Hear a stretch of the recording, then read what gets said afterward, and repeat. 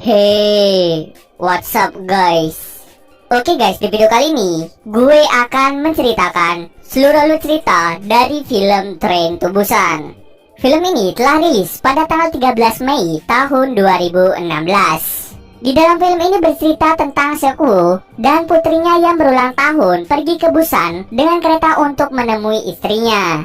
Namun perjalanan itu berubah menjadi mimpi buruk karena mereka diserang oleh para zombie. Oke, tanpa berlama-lama lagi, yuk kita masuk saja ke ceritanya guys. Film ini dimulai dengan memperlihatkan pintu masuk tol yang telah diblokade akibat terjadinya sebuah kebocoran wabah biologis dari sebuah pabrik di daerah Jinyang. Para petugas berkata bahwa itu hanya kebocoran kecil, jadi masyarakat sipil tidak perlu takut. Daerah yang terkena wabah biologis telah dikarantina oleh pemerintah dan Menteri Kesehatan agar wabah tersebut tidak menyebar kemana-mana.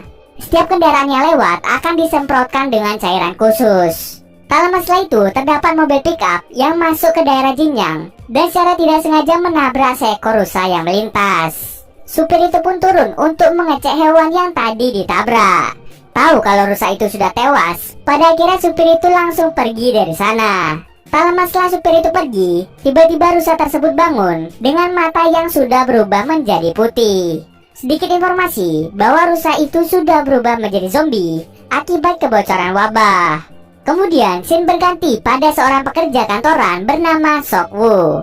Seok-woo adalah seorang pria pekerja keras dan memiliki sifat egois. Sifat egoisnya tersebut membuat sang istri muak dan lebih memilih untuk pisah rumah dengan Seok-woo. Kini Seok-woo tinggal bersama ibunya dan anaknya yang bernama Suan.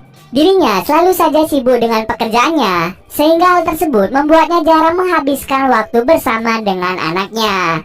Hubungan Seok-woo dengan anaknya sendiri bisa dibilang tidak dekat. Kemudian Suan meminta Seok-woo untuk mengantarnya ke rumah ibunya di Busan karena besok bertepatan hari ulang tahunnya. Dirinya sangat-sangat ingin merayakan hari ulang tahunnya bersama dengan ayah dan ibunya. Keesokan harinya, mereka berdua pun pergi ke Busan dengan menggunakan kereta KTX 101 di stasiun Seoul.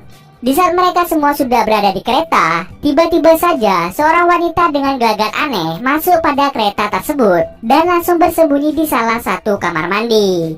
Orang ini telah terinfeksi dan sebentar lagi akan berubah menjadi zombie. Pasti banyak pertanyaan dari kalian, kenapa virusnya bisa menyebar di daerah Seoul, padahal wilayah Jinyang sudah dikarantina lebih awal? Jawabannya adalah dari rusa yang ada di awal cerita tadi. Rusa itulah yang telah menyebarkan virus tersebut ke berbagai daerah dengan cara menggigit para warga. Oke, balik lagi ke cerita. Saat Suan sedang duduk santai, dirinya melihat salah satu karyawan stasiun kereta telah diserang dengan cara yang aneh. Ia pun ingin memberitahu pada Seok-woo, tapi saat itu Seok-woo sedang tertidur. Karena Suan ingin ke kamar mandi, ia pun segera pergi ke toilet tanpa memberitahu ayahnya. Saat Suan ingin ke toilet, petugas kereta api menemukan penumpang gelap seorang tunawisma yang sedang bersembunyi di toilet. Tunawisma ini kita sebut saja sebagai Tono. Tono terus bergumam bahwa semua orang akan segera mati. Karena toilet itu dijadikan tempat bersembunyi oleh Tono, Suan pun pergi mencari toilet yang lain. Saat ia menemukan toilet yang lain, lagi-lagi toilet itu dijaga oleh pria bernama Sang-woo yang sedang menunggu istrinya bernama Song-kyung. Pada akhirnya, Suan mencari toilet yang letaknya lumayan jauh dari tempat duduknya. Sementara itu, Seok-woo tiba-tiba terbangun dan menyadari bahwa Suan tidak ada di sampingnya. Tak lama setelah itu, Seok-woo ditelepon oleh salah satu karyawannya yang berkata bahwa terjadi penyerangan yang aneh di sekitar Seoul. Terlihat di TV menyiarkan bahwa terdapat penyerangan besar-besaran yang membuat semua warga panik. Di lain sisi, wanita yang sudah terinfeksi mulai berubah menjadi zombie dan menyerang semua orang yang ada di kereta. Semua orang panik dan berlarian ke sana kemari untuk menyelamatkan diri mereka sendiri. Saat itu, Seok-woo sedang mencari putrinya di setiap toilet. Lalu ia melihat dengan matanya sendiri bahwa para zombie menyerang manusia yang ada di depannya. Suan yang ternyata ada di belakang ayahnya langsung memanggilnya untuk segera pergi dari gerbong ini. Setelah mereka berhasil ke gerbong yang aman, terjadi sedikit cekcok antara Sang-woo dengan Seok-woo karena sebelumnya Seok-woo dengan sengaja menutup pintu gerbong di saat Sang-woo dan Song-kyung ingin masuk ke dalam gerbong yang aman. Hal itu dilakukan oleh Seok-woo karena dirinya diprovokasi oleh penumpang lain. Setelah kejadian mengerikan itu, semua orang yang ada di gerbong kebingungan dengan makhluk apa yang mereka hadapi. Tak lama setelah itu, Sokwu mendapatkan telepon dari ibunya, yang ternyata ibunya telah terinfeksi dan akan berubah menjadi zombie. Kemudian masinis mengumumkan bahwa mereka tidak akan berhenti di stasiun Chonan karena situasi yang tidak memungkinkan. Tetapi salah satu penumpang bernama Yonsuk tetap bersikeras untuk berhenti di stasiun Chonan. Seluruh media kini menyoroti pandemi zombie yang telah menyebar ke seluruh wilayah Korea Selatan. Kemudian masinis mengumumkan bahwa mereka akan berhenti di stasiun Daejeon karena mereka semua akan diamankan oleh pihak militer yang berjaga di sana. Tak lama setelah itu, Sokwu menelpon temannya yang bernama Letnan Min untuk menanyakan apakah stasiun Daejeon masih aman. Letnan Min menjawab bahwa setelah sampai di sana mereka akan dikarantina. Karena Sokwu ini membawa Suan, ia pun meminta tolong kepadanya untuk mengamankan mereka berdua dan menjanjikan imbalan kepadanya. Letnan Min menerima tawaran tersebut dan menyuruh Sokwu untuk menunggu di bagian timur stasiun. Setelah sampai di stasiun, Yonsuk yang merupakan kepala perusahaan Stallion Express menemui masinis dan memberitahu bahwa kota Daejeon telah dikarantina. Yonsuk pun meminta mereka untuk pergi ke Busan karena rutenya belum ditutup. Tetapi masinis ingin menyelamatkan orang-orang yang masih ada di stasiun terlebih dahulu. Di sisi lain, setelah penumpang turun dari kereta, mereka pun segera masuk ke dalam stasiun untuk segera diamankan. Tetapi mereka melihat seluruh tentara yang berjaga telah berubah menjadi zombie. Keadaan pun menjadi tambah parah dan kacau balau. Putrinya hampir saja tergigit zombie. Untung saja di sana Sangwa berhasil menyelamatkannya. Songkyung membawa Suan kembali ke kereta, sedangkan Sangwa dan Sokwu berpisah dari yang lainnya karena mereka berusaha menutup pintu agar zombie tidak mengikuti mereka. Namun hal tersebut tidak berhasil karena pintu kacanya tiba-tiba pecah.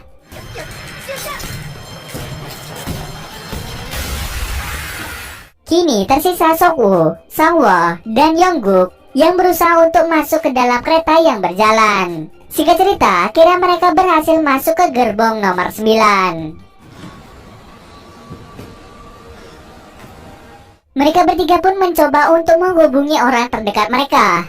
Yongguk mencoba untuk menelpon pacarnya yang bernama Jinhye. Ternyata Jinhye berada di gerbong 15 bersama dengan penumpang lainnya. Sangwa kemudian mencoba menghubungi Songkyung untuk mencari tahu posisinya. Ternyata Songkyung berada di dalam gerbong 13 yang berisi banyak zombie bersama dengan Suan, Nenek Inggil, dan Tono.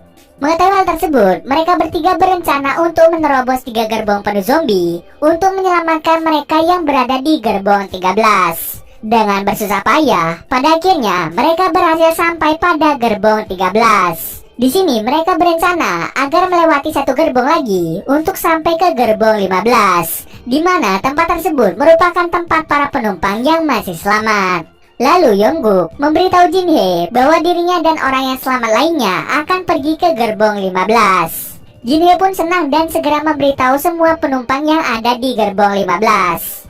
Lalu salah satu penumpang bernama Yonsuk menolak untuk memasukkan para penumpang dari gerbong lain karena ia berpikir mungkin saja mereka sudah terinfeksi oleh virus zombie.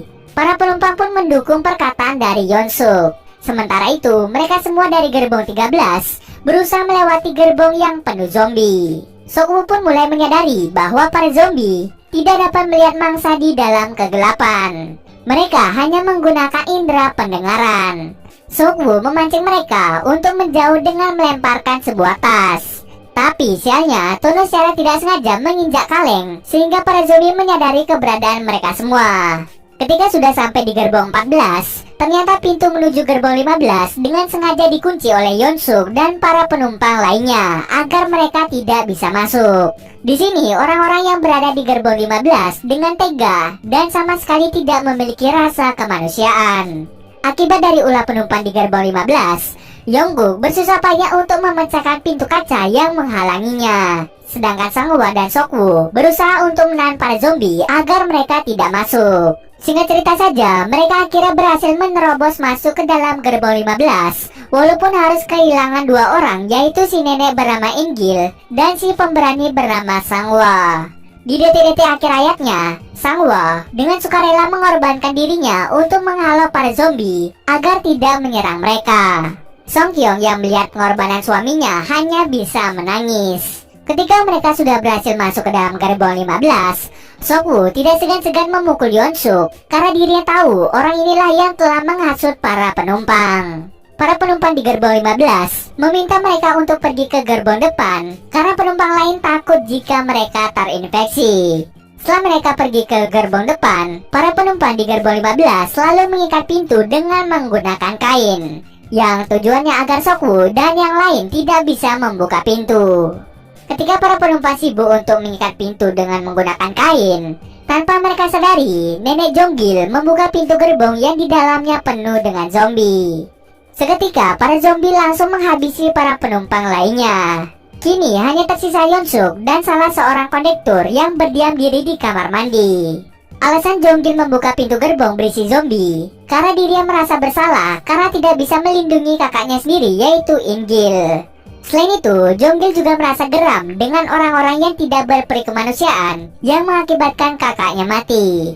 Itulah alasan kenapa Jonggil dengan sengaja membuka pintu yang terhubung dengan banyaknya zombie. Sementara itu, mereka yang berada di gerbong depan hanya bisa menyaksikan karma yang menimpa para penumpang di gerbong 15. Kemudian Sok-woo menerima telepon dari karyawannya yang bernama Kim. Kim memberi informasi bahwa semua kejadian yang menimpa seluruh kota Seoul terjadi akibat proyek yang dijalankan Sok-woo, yaitu YT Biotech yang mengalami kebocoran. Kim dan Sok-woo pun merasa bersalah karena proyek mereka yang telah menimbulkan kekacauan dan kematian banyak orang. Tak lama setelah itu, kereta yang mereka tumpangi terhambat di stasiun Daegu. Masinis pun memberi pengumuman untuk segera keluar dari kereta dan pergi menggunakan kereta baru. Mereka pun segera keluar menuju jalur kiri. Di saat mereka mencari kereta lain, tiba-tiba saja terjadi kecelakaan kereta yang membuat Yongguk dan Jinhye terpisah dengan yang lainnya. Kemudian Yongguk dan Jinhye mencoba mencari jalan lain untuk mencari Sok-woo dan yang lainnya. Tapi tiba-tiba saja Yeon-suk datang dan langsung mendorong Jinhye ke arah zombie, sehingga hal tersebut membuat Jinhye menjadi terinfeksi. Yongguk pun kaget dan mencoba menolong Jinhye, namun semuanya sudah terlambat. Jinhye telah berubah menjadi zombie dan langsung menyerang Yongguk. Setelah Yeon-suk mencelakai Jinhye dan Yongguk, ia pun segera menuju ke kereta baru. Saat ia hampir sampai ke kereta, tiba-tiba saja ia terjatuh dan zombie mulai berdatangan ke arahnya. Masinis kereta yang mengetahui Yeon-suk dalam bahaya mencoba untuk membantunya. Tetapi lagi-lagi Yeon-suk dengan sengaja mengorbankan masinis agar dirinya bisa selamat dari kejaran zombie. Sementara itu, Sok-woo, Su-an, Song Kyung, dan Tono hampir tertimpa kereta yang penuh dengan zombie. Lalu Sok-woo melihat sebuah celah kecil yang bisa mereka lalui untuk pergi dari kereta yang hampir jatuh. Tetapi para zombie yang kelaparan berhasil memecahkan kaca kereta. Melihat kondisi yang tidak menguntungkan, si tunawisma rela mengorbankan dirinya untuk menyelamatkan mereka. Menyadari bahwa para zombie akan mengejar mereka, akhirnya mereka berusaha keras untuk sampai ke kereta. Singkat cerita saja, mereka akhirnya berhasil naik ke kereta. Tetapi di dalam kereta, ternyata Yeon-suk sudah berubah menjadi setengah zombie karena tadi dirinya terkena gigitan. Sok-woo pun mulai bertarung dengannya. Tetapi di dalam pertarungan itu, Sok-woo tidak sengaja terkena gigitannya, yang menyebabkan dirinya terinfeksi. Sebelum berubah menjadi zombie, dirinya lalu memberitahu Song Kyung tentang tuas rem dan menyuruhnya untuk menarik tuas itu ketika nantinya mereka sudah sampai di kota Busan. Suan yang melihat ayahnya telah terinfeksi menjadi sangat bersedih dan meminta ayahnya untuk tetap berada di sisinya. Namun demi menyelamatkan putrinya, Sok-woo pun mengucapkan kata-kata perpisahan dan langsung menjatuhkan dirinya dari kereta. Kini hanya tersisa berdua, yaitu Song Kyung dan Su-an yang akan melanjutkan perjalanannya ke Busan. Mereka berhenti di sebuah terowongan yang gelap dan berjalan menuju wilayah perbatasan Busan. Di perbatasan, terdapat beberapa tentara yang sedang menjaga agar zombie tidak bisa masuk. Awalnya para tentara mengira bahwa mereka adalah zombie. Untung saja Su-an bernyanyi untuk menghormati pengorbanan ayahnya dan orang-orang yang telah menyelamatkan mereka berdua. Akhirnya para tentara menyadari bahwa mereka adalah manusia dan langsung membawanya ke tempat yang lebih aman. Dan cerita pun selesai. Oke, mungkin segitu dulu alur cerita film kali ini. Kalau kalian ada yang mau request film atau mereview sebuah film, silahkan komen aja di bawah guys. Jika ada yang salah atau kurang dari alur cerita di atas, gue mohon maaf. Oke, see you next video guys.